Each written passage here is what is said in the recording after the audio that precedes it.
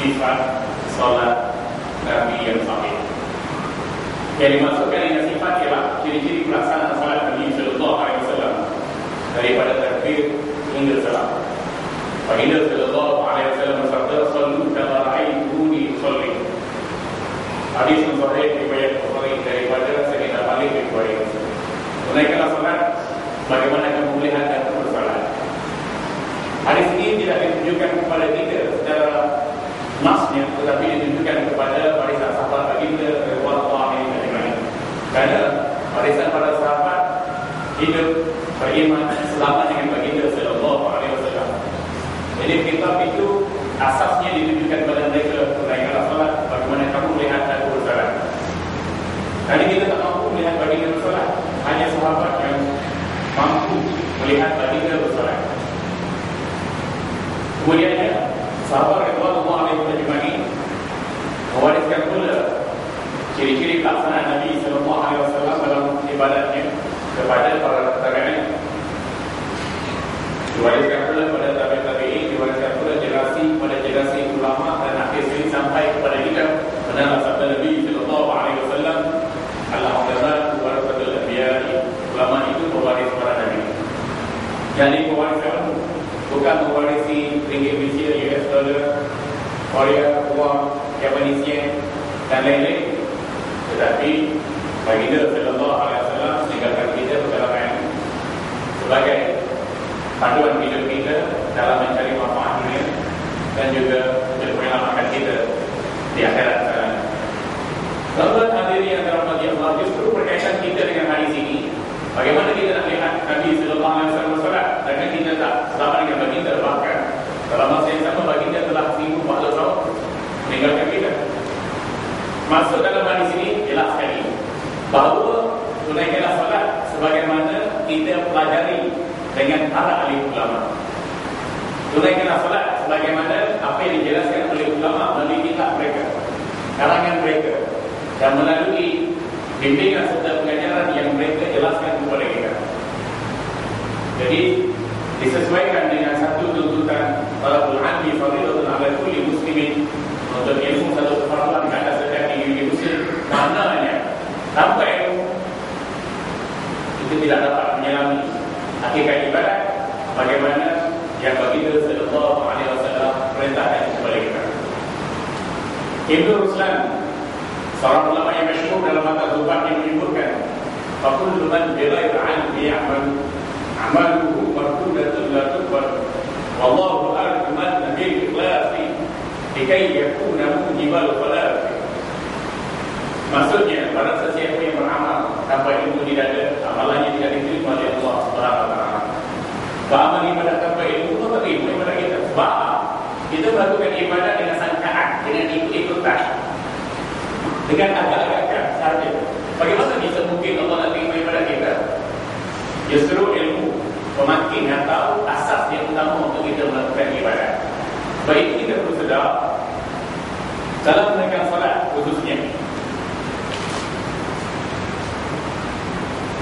kita wajib mengetahui asas-asasnya, syarat sah salat, rukun-rukun salat, perkara yang boleh membatalkan salat, dan kesan salat dalam kehidupan orang yang beriman. Tuan-tuan hadirin muslimin yang dirahmati Allah, antara ilmu yang wajib kita pelajari ialah ilmu akidah. Untuk kita mengenal Allah. Allah ada zat, Allah ada sifat, Allah ada perbuatan, Allah ada nama. Bagaimana pula untuk kita mengenal perintah Allah dan larangan Allah Subhanahu wa taala. Begitu juga untuk mengenal baginda sallallahu alaihi wasallam. Ada sifat yang wajib bagi baginda, ada sifat yang harus bagi baginda, dan ada juga sifat yang mustahil bagi baginda sallallahu alaihi wasallam. Dan kita juga wajib mempelajari berkait dengan perkara-perkara baik bahagia, dosa, pahala, syurga, neraka, jin, malaikat, timbangan, amalan, azab kubur dan sebagainya. Juga dalam fokus akidah kita harus mengetahui tentang aliran pemikiran dalam Islam. Karena kita melihat orang Islam kalau pakai jubah, pakai baju, pakai kopiah, hafal Quran, hafal hadis, tapi ada kalangan mereka yang berfahaman Syiah, ada yang berfahaman Wahabi, ada yang berfahaman Islam Liberal, ada yang berfahaman Arkam, ada yang ikut Yakfik, Adikah, Balasmana, Qadiani, Bahai. Ini kata macam-macam ada. Jadi jangan letak keislaman kita pada selesa kalau tidak dipandu dengan ilmu. Benar sabda Nabi sallallahu alaihi wasallam, al-ilmu imamul amal wal amalu tabi'u. Ilmu itu adalah pemimpin kepada amalan, dan amalan hanyalah dipandu dengan ilmu.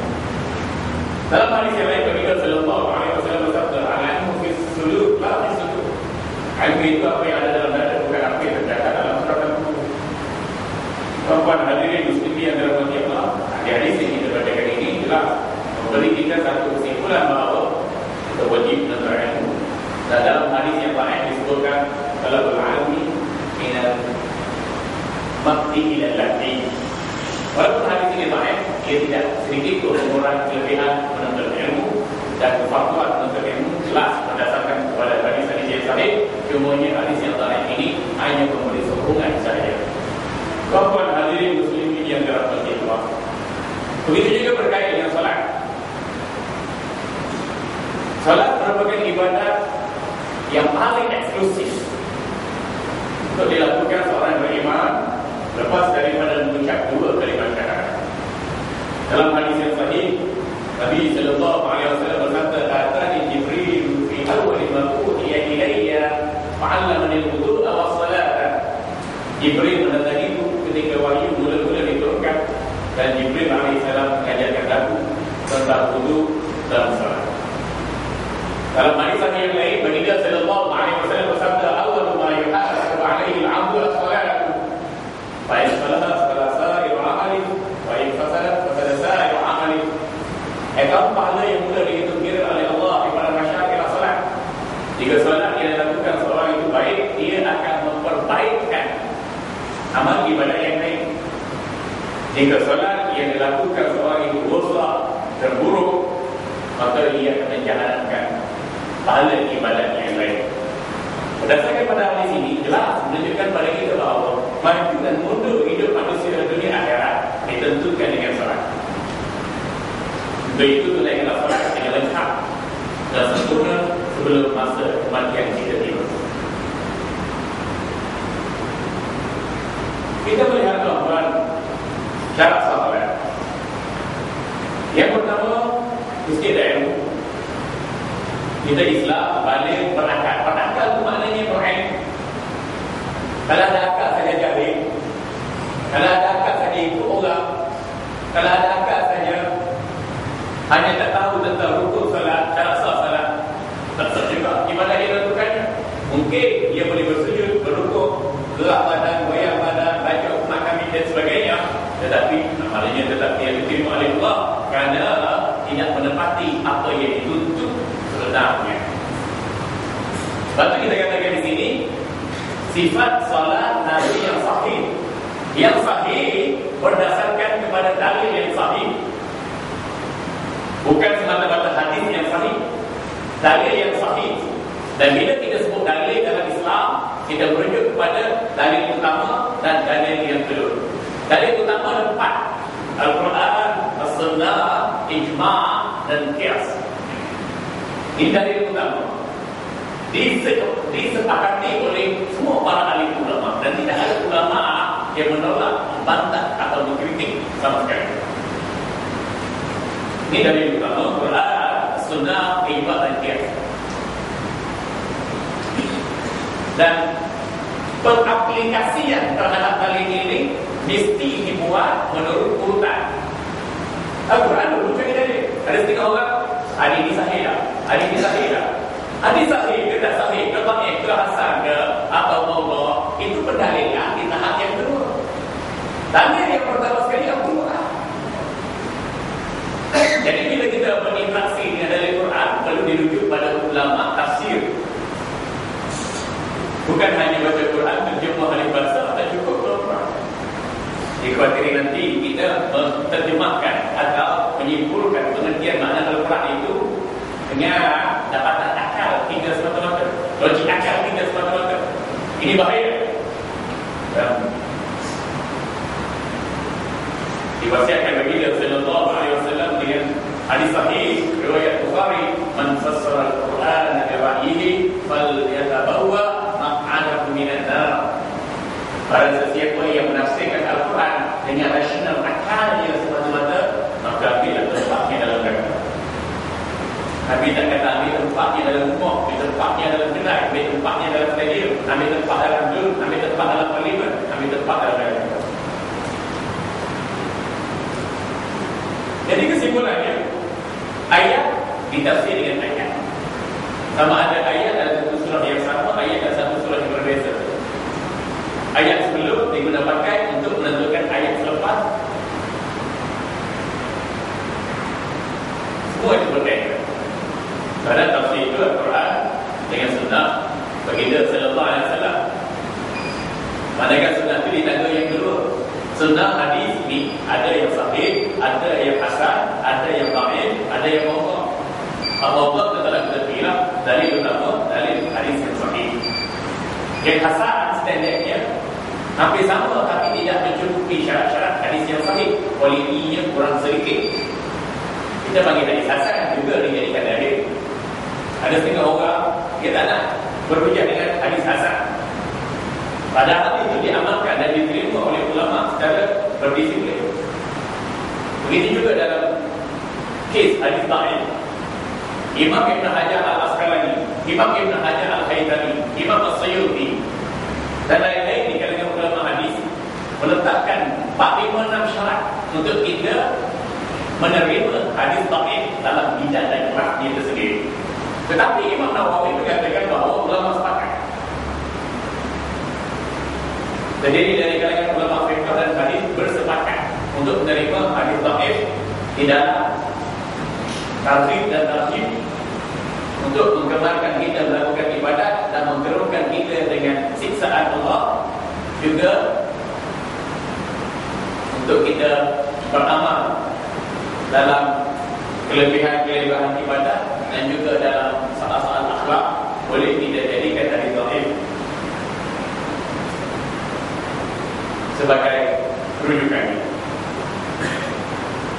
Lalu kita yang ketiga ialah ijma' kesepakatan para ulama. Dan juga dalil kita yang keempat ialah qiyas. Kita membuat perbandingan di antara hukum yang tidak ada dengan hukum yang sedia ada dalam Al-Quran dan hadis. Seperti kita kata mengkiaskan dalam dengan dari sudut kebinasaan atau kemudaratan terhadap perbuatan. Satu lagi dalil yang kedua kita katakan masalah-masalah kepentingan masyarakat Islam. Istisna sesuatu yang dipandang baik oleh ulama dan umat Islam. Uruf anak masyarakat setempat yang tidak bertentangan dengan akidah, syariat dan akhlak. Syariat sebelum kita syarat dan perlahan juga dijanjikan anjakan untuk kita menentukan baik hukum dan salah satu perkara. Begitu juga kita mengambil kira tentang qaul sahabi, pandangan yang dilontarkan oleh para sahabat dalam sesuatu kes yang mana tidak ada atau tidak berlaku di zaman baginda sallallahu alaihi wasallam, tetapi berlaku di zaman sahabat. Kalau tidak berlaku di zaman sahabat, radhiyallahu anhum ajma'in, berlaku pada tabi'in dan zaman tabi'in dan berlaku di zaman kita. Jadi apa sahaja yang berlaku dalam lingkungan umat Islam dan kepentingan masyarakatnya tetap ada dalam penyelesaiannya berdasarkan kepada sumber peradaban Islam yang kita katakan terbagi pada dua sumber utama dan sumber yang sekunder. Agak melampau pihak-pihak yang mengatakan kita tidak pegang Quran dan hadis dia. Habis ijma' daripada mana? Yang Nabi sebut la tattabi'u ummati ala dhalalatin, ma'aku tidak bersepakat di atas landasan kebatilan atau penyelewengan. Ijma' dalam tak mana? Qiyas dalam tak mana? Akal sendiri pun dulu dijadikan sumber yang bolehkan kita beza, mumayyiz, beza baik buruk dan salah, dosa dan juga neraka. Jadi kalau seorang itu jahil,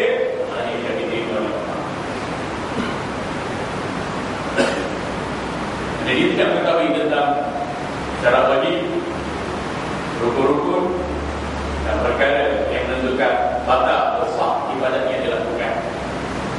Maka kita boleh melihat jika seorang itu melakukan ibadat dengan jahil, dia seakan tidak mendapat manfaat dari ibadat yang dilakukan. Khususnya dalam salat. Allah SWT berfirman dalam surah Al-Ankabut ayat 45. Inna salata tanha 'anil fahsya'i wal munkar. Sesungguhnya solat yang lengkap dan sempurna boleh mencegah perbuatan keji dan munkar. Kadang-kadang kita pergi masjid, pergi surau, berulang alik, pakai jubah, pakai serban, baca Quran, zikir, sebut nama Allah, salawat pada Rasulullah, kita rasa puas. Tetapi apa kesan pada perkataan kita, perbuatan kita dan isi hati kita? Atau kualiti kehidupan kita sendiri? Ini masanya untuk kita membuat muhasabah pada diri sendiri dalam ibadat yang kita lakukan, baik secara harian, mingguan, siang dan malam, dan boleh kita buat koreksi secara bulanan atau tahunan. Pada solat ada 3 rukun utama. Daripada 13 itu ada 3 rukun utama: rukun qauli, rukun fi'li, rukun qalbi. Kata-kata kita dalam solat, kita jaga kata-kata kita.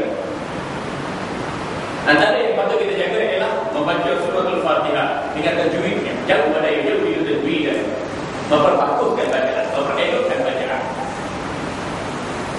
Dan dalam hadis yang lain riwayat Bukhari, Nabi sallallahu alaihi wasallam bersabda, "La salata liman lam yaqra' bi Fatihatil Kitab."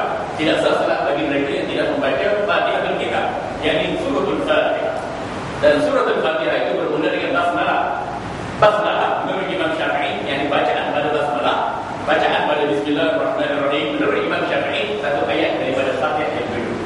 Bagi sesiapa yang meninggal, satu ayat daripadanya atau satu kalimah daripadanya atau satu huruf daripadanya, tidak sah salat individu berkenaan. Ini disebut oleh Imam Syafi'i dalam kitab Al-Qub ketika membahaskan masalah adakah basmalah ayat daripada Fatihah yang 7 ataupun tidak. Juga disebut dalam kitab-kitab Syafi'i lain seperti I'anatul Talibin, begitu juga dalam kitab Al-Iqna', begitu juga dalam kitab Mughni Muhtaj yang dikarang oleh Syekh Khatib Syarbini dan lain-lain di kalangan ulama mazhab tidak mazhab Syafi'i. Juga kita baca doa-doa yang lain, doa iftitah, guna lillah, guna muluk, guna liu, guna suara. Kita tasbih, kita tahlil, kita tahmid, kita takbir, kita tahiyat, kita tasyahud, kita berselawat. Semuanya guna komponen-komponen daripada mulut kita. Itu semua adalah disebut sebagai rukun qauli. Jaga kata-kata kita. Soalnya dalam solat kita jaga kata-kata kita. Imam, makmum. Tapi mengapa tidak ada transformasinya di luar solat? Kenapa kita tak boleh jaga kata-kata kita di luar solat? Simboliknya mudah, tuan-tuan. Kalau dalam solat kita jaga kata-kata kita, di luar solat tak jaga kata-kata kita, artinya gaya kehidupan kita itu seperti munafik. Dalam kata-kata benar kita dengan Allah ketika dalam solat, tapi di luar solat lidah yang sama, liur yang sama, leher yang sama, suara yang sama juga digunakan untuk menipu, bohong, mendusta, mencaci maki, membuat fitnah, buat namimah, mengadu domba, cari aib orang. Kenapa benda ni kan? Jawapannya, seorang solat tadi dia tidak menunaikan solat dengan lengkap dan sempurna. Begitu juga pada perbuatannya. Rukun fi'li. Dalam solat kita takbir ihram. Takbir ihram maksudnya takbir mengharamkan perbuatan yang tidak terkait dengan solat. Bila takbir ihram Allahu Akbar, diharamkan perbuatan-perbuatan yang tak terkait dengan solat. Nak makan tak boleh, nak minum tak boleh, nak cakap telefon tak boleh, nak lupa anak tak sembahyang tak boleh, nak jalan tak boleh, nak buka pintu tak boleh, dan lain-lain. Karena Nabi sallallahu alaihi wasallam bersabda, "Inna fi salati la syughlan."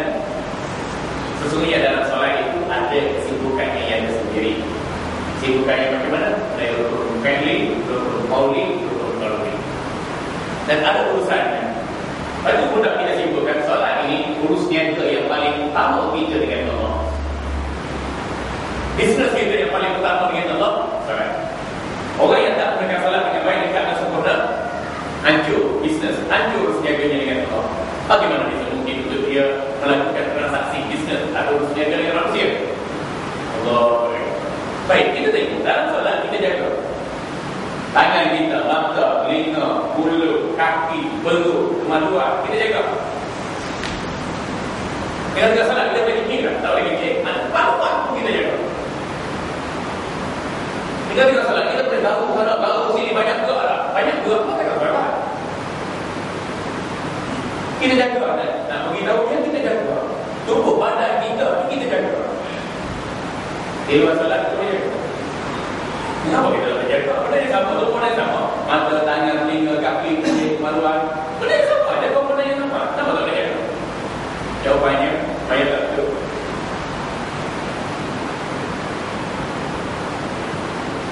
Begitu juga soal hati. Dalam salat kita jaga khusyuknya.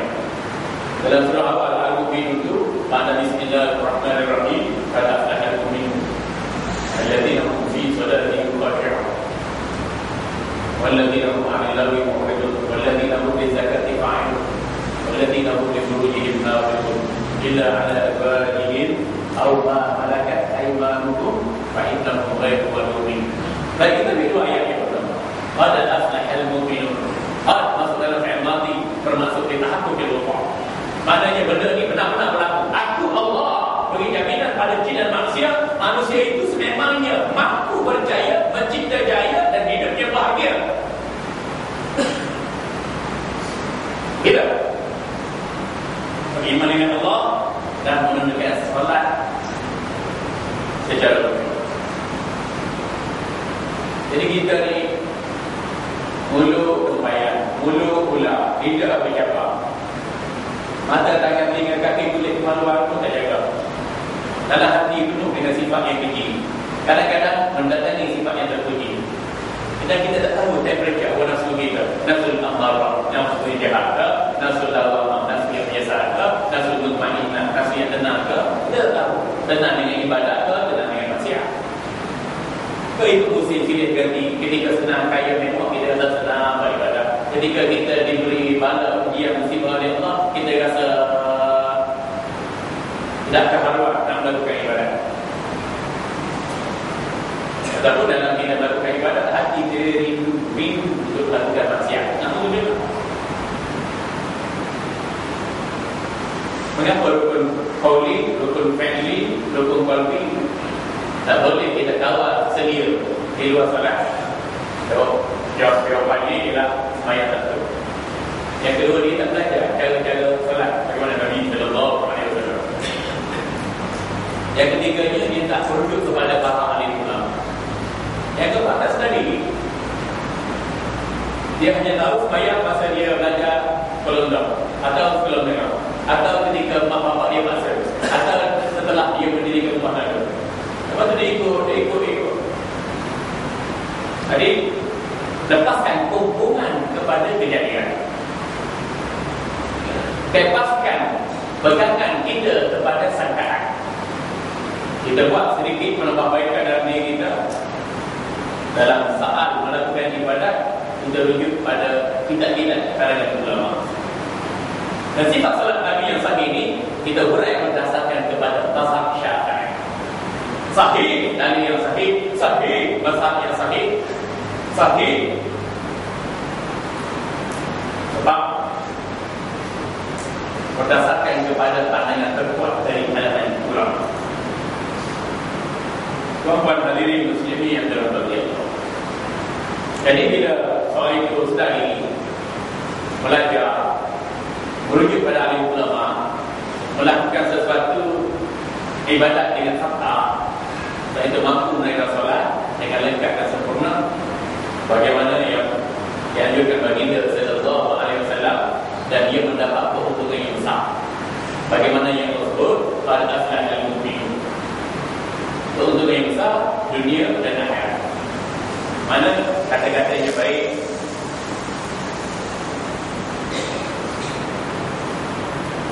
fizikalnya terkawal, hatinya sentiasa berjaya.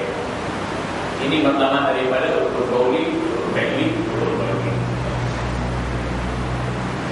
Tuan-tuan hadirin muslimin yang dirahmati Allah.